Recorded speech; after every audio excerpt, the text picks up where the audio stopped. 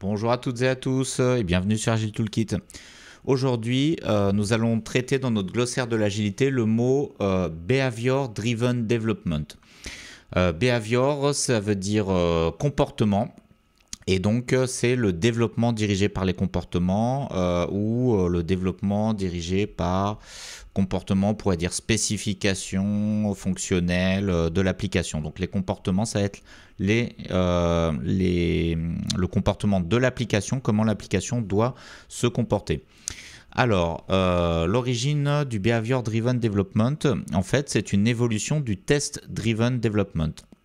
Alors, le Test Driven Development, qu'est-ce que c'est? C'est le développement dirigé par les tests. Qu'est-ce que ça veut dire développement dirigé par les tests? Ça signifie qu'avant même de développer, on va se poser la question, donc le développeur en général va se poser la question de comment il va tester son application pour s'assurer qu'il y ait des tests qui vont avec le code. Donc ça peut être des tests unitaires, ça peut être des tests d'intégration. Normalement, en principe, plutôt des tests unitaires à ce niveau-là. Donc, on va écrire d'abord des tests unitaires et ensuite, on va écrire le code qui permet de faire passer les tests qui seront exécutés automatiquement. Le but de ça, alors j'ai mis réfléchir avant de coder. Bon, de toute façon, je pense que quelle que soit la manière de faire, les développeurs réfléchissent avant de coder, c'est souhaitable parce que de toute façon, coder c'est assez compliqué, donc ça nécessite de la réflexion. Mais là, on va réfléchir à la manière dont on va tester l'application.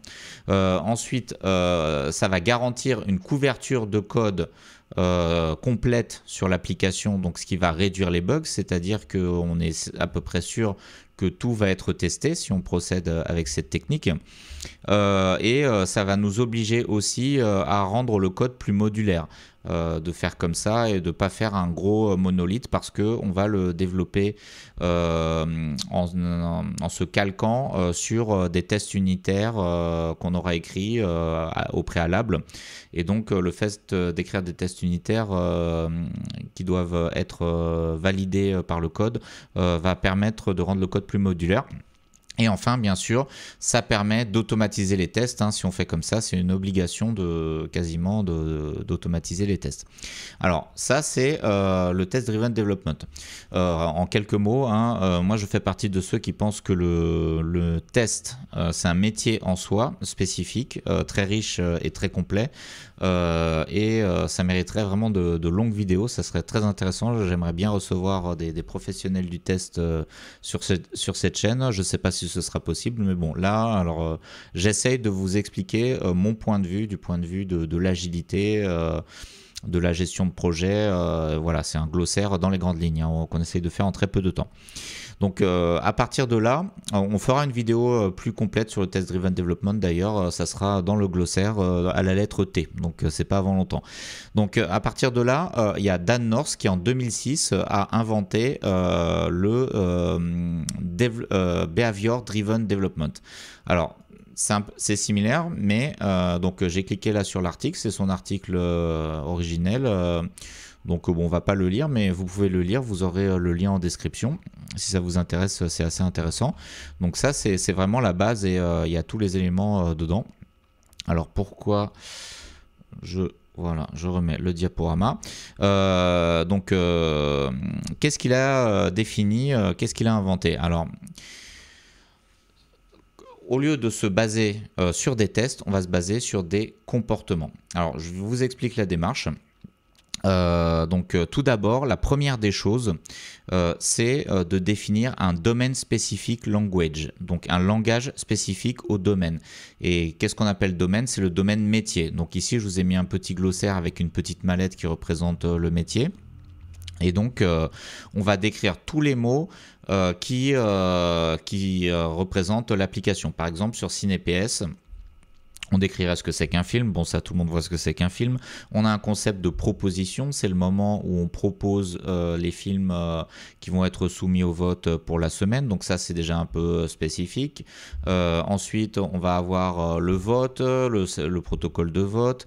Ensuite, on va avoir les notes qu'on va donner au film après les avoir vus. Donc, il y a tout un tas de choses, de concepts spécifiques à chaque métier. Alors là, bien sûr, pour la petite application CinePS, c'est extrêmement simple, mais si vous avez un métier spécifique, par exemple l'assurance santé, vous allez avoir des notions très complexes, comme par exemple le recouvrement, comme par exemple le tiers payant ou des choses comme ça, qui ne coulent pas forcément de source et qui nécessitent d'être définies afin que le programmeur puisse programmer les fonctionnalités en connaissant un minimum ces concepts spécifiques au métier.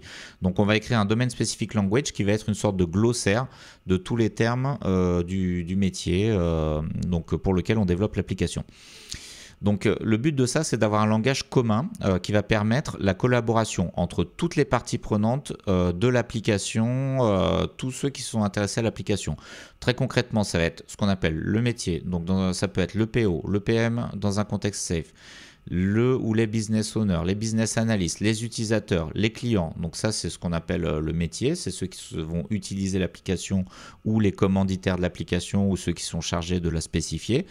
On va avoir aussi les développeurs qui fabriquent l'application.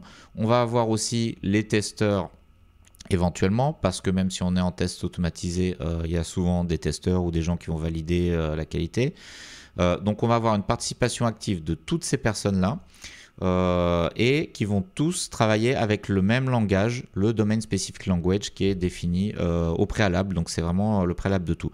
Alors donc le but du behavior driven development, un des buts, c'est de faire collaborer toutes ces personnes en utilisant un même langage. Donc c'est en ça que c'est agile, parce que dans l'agilité, on fait tomber les silos et on essaye, là où avant les choses étaient très cloisonnées, silotées entre différents services, la maîtrise d'ouvrage ne parlait pas aux développeurs, les testeurs ne se parlaient pas forcément et tout était interfacé, enfin les testeurs ne parlaient pas aux développeurs, etc. Enfin vous m'avez compris, tout était interfacé par des documents exhaustifs, des spécifications, des cahiers de tests, etc. Et bien avec le Behavior Driven Development, on est censé avoir un langage commun pour discuter et discuter effectivement ensemble. Donc c'est en ça que c'est un concept agile. Et donc une fois qu'on a ça, une fois qu'on a ce langage, ce domain specific language, on va se concentrer sur le comportement. Alors j'ai mis le, mais j'aurais dû mettre les comportements du logiciel plutôt que sur la technique. Donc tout va partir des comportements attendus du logiciel. Donc les comportements, c'est les fonctionnalités, hein, on pourrait résumer ça comme ça. Et ça va être une approche business first, ou alors on pourrait dire aussi customer centricity ou user centricity, donc centré sur le client, sur l'utilisateur ou sur le business entre guillemets, sachant que business ça veut dire métier dans ce contexte, hein. Donc on va vraiment être centré sur les fonctionnalités métiers de l'application. Et donc ça c'est la chose la plus importante en fait, hein, c'est ce qui définit le Behavior Driven Development. Et concrètement on va écrire comme en Test Driven Development des méthodes de test. Et sauf qu'au lieu d'être axé sur la technique, en Behavior Driven Development, ça va être axé sur les comportements de l'application et donc ça va être des phrases. Par exemple, j'ai créé ici des phrases autour de l'application CinePS. Test Proposer peut proposer des films tant que la semaine n'est pas en proposition terminée. Donc proposition terminée, c'est un état de notre application. Alors j'ai fait une petite faute, j'aurais dû mettre un S.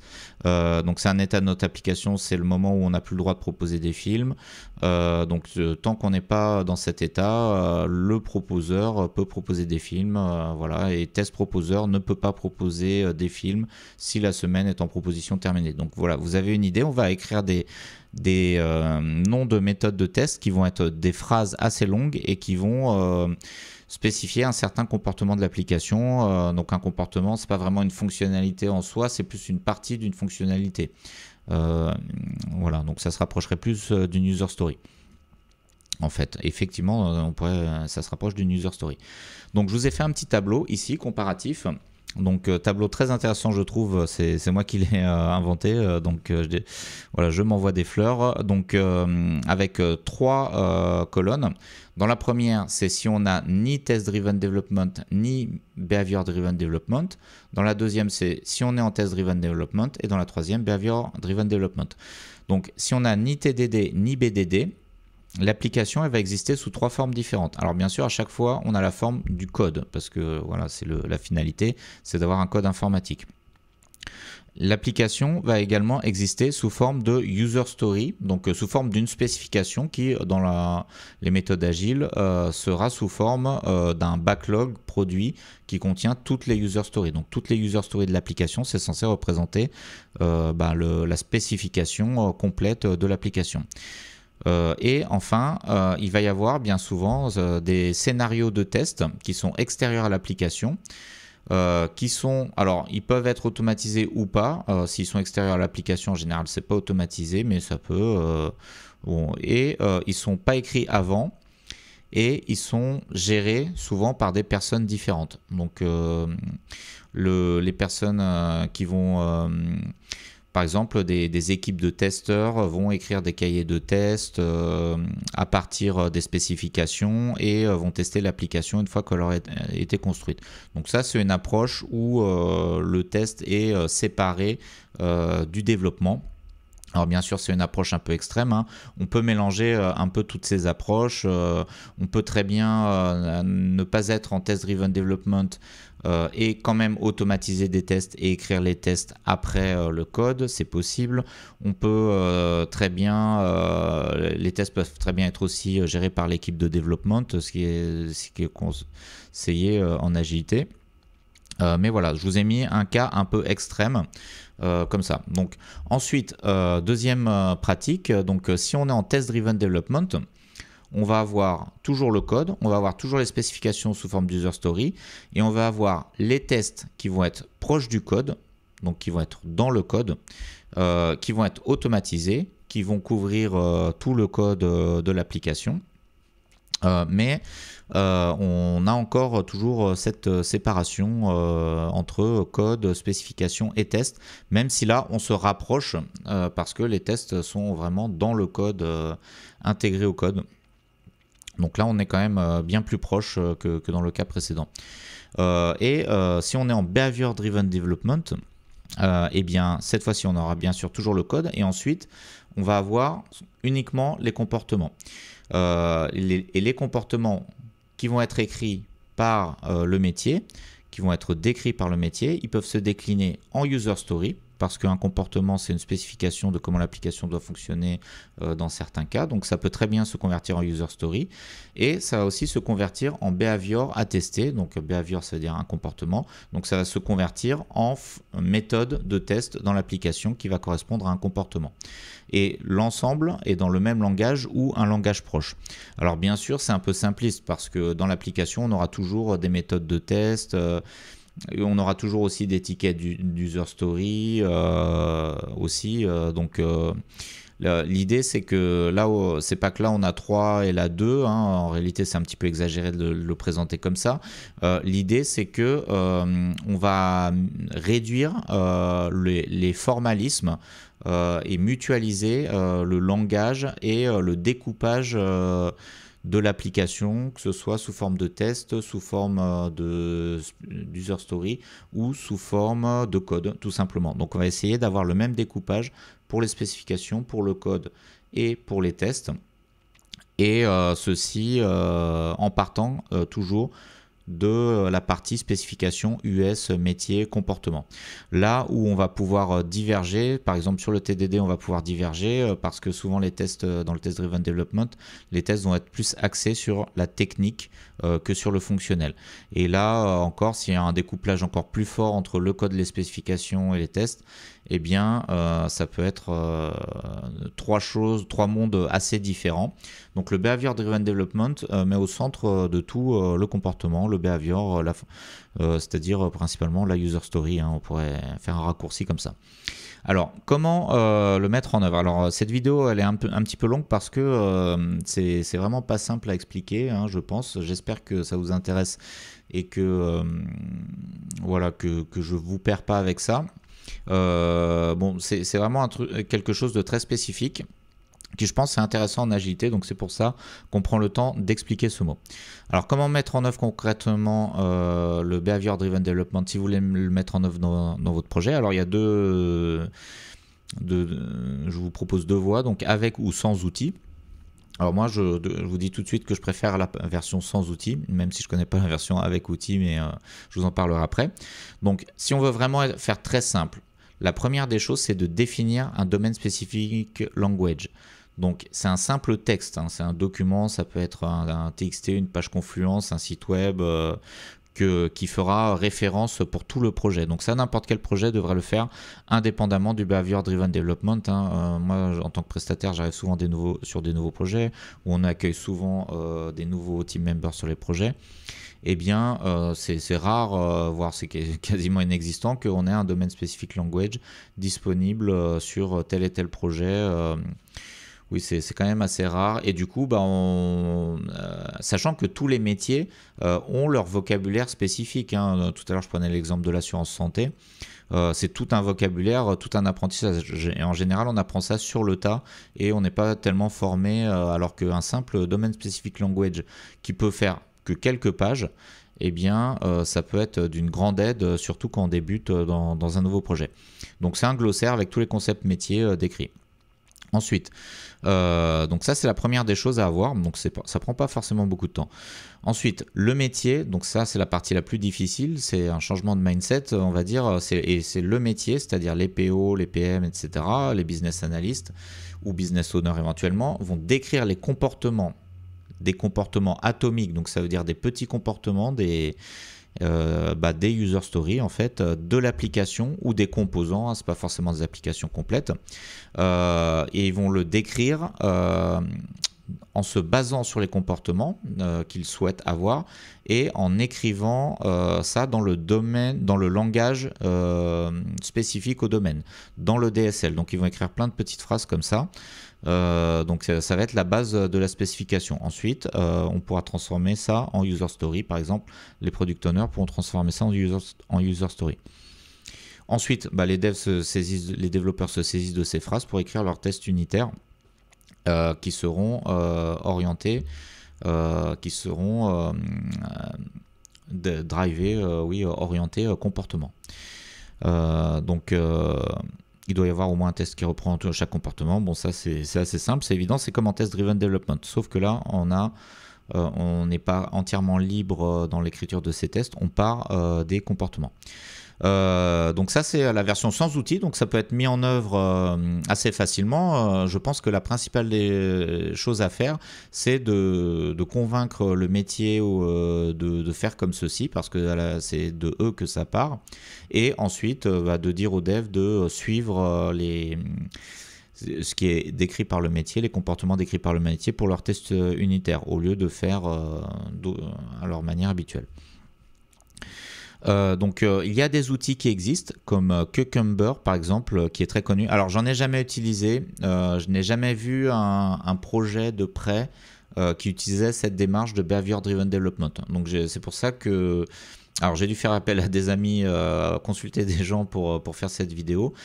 C'est un sujet que je ne maîtrise pas parfaitement, donc je me suis quand même documenté avant de faire cette vidéo. Donc ça c'est un outil qui est assez connu. Et ce qu'on m'a, donc ça va permettre d'écrire les tests, etc. Alors je ne vais pas vous faire une démonstration de l'outil, ça prendrait trop de temps. Ce qu'on m'a rapporté, les retours d'expérience que j'ai eu, c'est que c'est assez mitigé, voire négatif, parce qu'en général le métier n'aime pas écrire dans un langage trop formel et n'aime pas trop se contraindre. C'est pour ça que la version sans outils me paraît préférable, parce que c'est beaucoup plus léger. Ça va déjà dans la démarche du Behavior Driven Development, et surtout on a un DSL. Donc la seule contrainte c'est d'écrire le DSL, mais qu'on devrait écrire dans n'importe quel projet, je pense.